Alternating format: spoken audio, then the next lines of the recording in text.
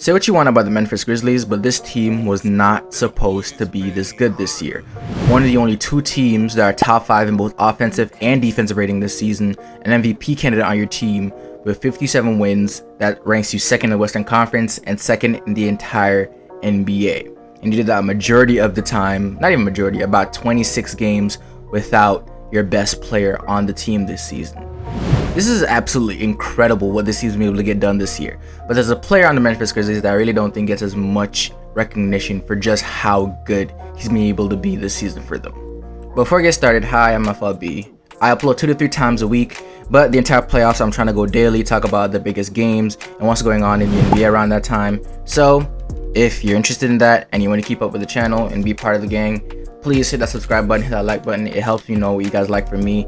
I'd love to have you back here.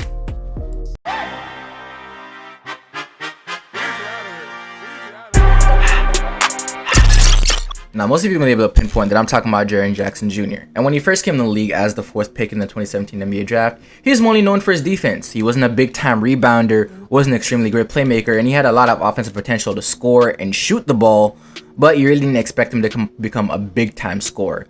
And within a year or two of in the NBA, he showed some flashes. His second year in the NBA, he averaged 17.4 points, 4.6 rebounds, 1.4 assists, 1.6 blocks on 47% shooting and 40% from 3 on 6.5 attempts per game. That's great for a guy that was playing center majority of the year. But as the NBA bubble came around, he's tore his meniscus and he was out for the remainder of the bubble and a vast majority of the 2020-2021 season. He only played 11 games, and when he came back, he really wasn't the same. He was knocking off a little bit of the rust. He only averaged 14 points per game on 43% shooting and 28% from 3. Far cry from the numbers he was averaging the year before, but you didn't hold it against him.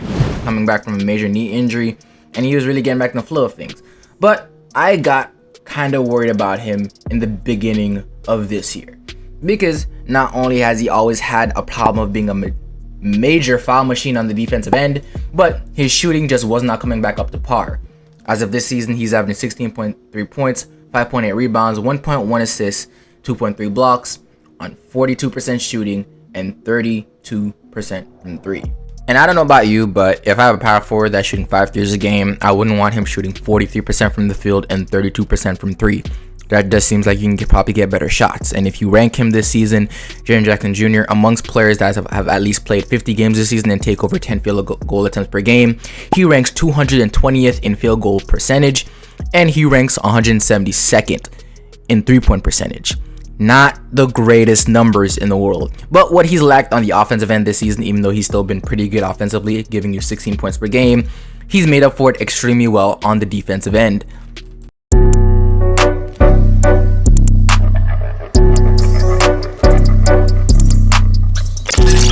Being 6'10 with a 7'5 wingspan and having some incredible defensive instincts and just having a sheer amount of size can do that for you at any position in the NBA. But Jaren Jackson Jr. early in his career was always a foul baiting machine. He would always pick up silly calls because he's reaching in, or trying to make the heroic play on blocks, or just really not knowing how to control his body.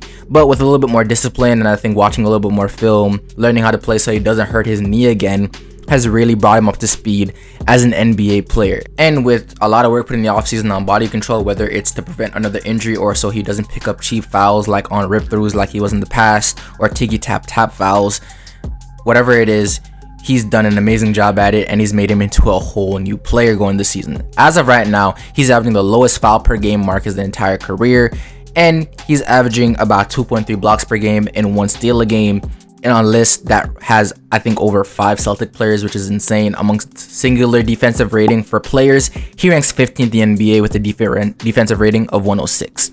But the thing that sticks out to me is in the 21 games without Ja Morant, who, let's face it here, he's an amazing offensive player, but he is a defensive liability on this team because this team's defensive rating shoots up through the roof without him on the court at certain times.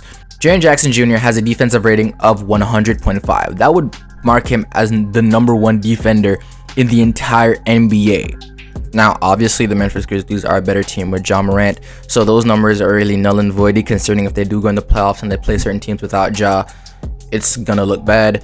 But overall, it just shows that how much he's able to elevate his game during times when the team needs him most. And along with his other defensive abilities, he's a great pick and roll defender. Even if he does get switched on the guards while he's not a lockdown defender, he can definitely be very good in those areas and pretty much play defense on majority of guards in this league pretty well on the perimeter. That's a lot more than a lot of setters can say, or defensive player of the year candidates. Rudy Gobert. Alright, I'm dragging a little bit. Rudy's better on the perimeter than a lot of people do think, even though he's definitely not locked down from there.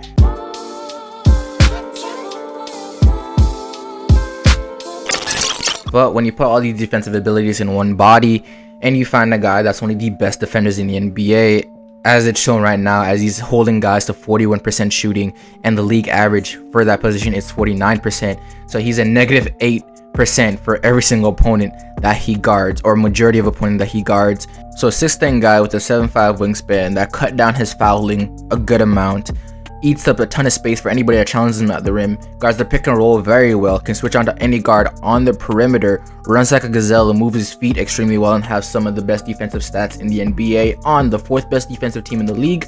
I don't know about you, but that sounds like a defensive player of the year to me, or at least a candidate, which he is right now. But this is my vote for him to probably be a top 2 candidate. I think the only other guy that is probably more important to his team defensively is maybe Bam, who's in the run right now. I know Draymond is probably as important to Golden State, but he hasn't played enough games this season for me to actually have him in the running.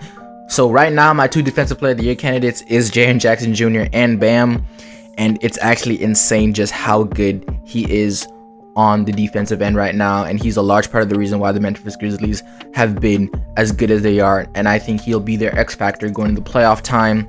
And as of right now, with how the playoff schedule is looking, whichever team comes up to playing, and whether in Minnesota or LA, the Memphis Grizzlies have been able to handle those teams pretty well throughout the season, sometimes without Ja. So imagine with him, and then play a team like Dallas or Utah. I don't see the Memphis Grizzlies having that much of a problem with either of those teams. So I really do see this team making the conference finals at least, and being a very, very good competition for whether it's Phoenix or Golden State that comes out of those matchups. So whether he gets the recognition for it or not, Jaren Jackson Jr. has made some insane strides on the defensive end, and with some of the strides he's also making on the offensive end to get, be a little bit more efficient like he was earlier in his career, with the elevated responsibilities he has on that end right now, he's looking to become a top 10 to top 5 big in this game very soon. But let me know what you guys think in the comment section down below. Do you think he is defensive player of the year? Do you think that the Memphis Grizzlies can make the conference finals or the NBA finals even? Do you think that, this is a fluke season? But let me know all that in the comment section down below. But with that being said, please like and subscribe. It lets me know what you guys love from me. I'm planning to upload daily when it comes to playoff time. So if y'all are around and you guys want to be a part of that, I love you, have you back on the channel. But with that being said, this is FLB. That's my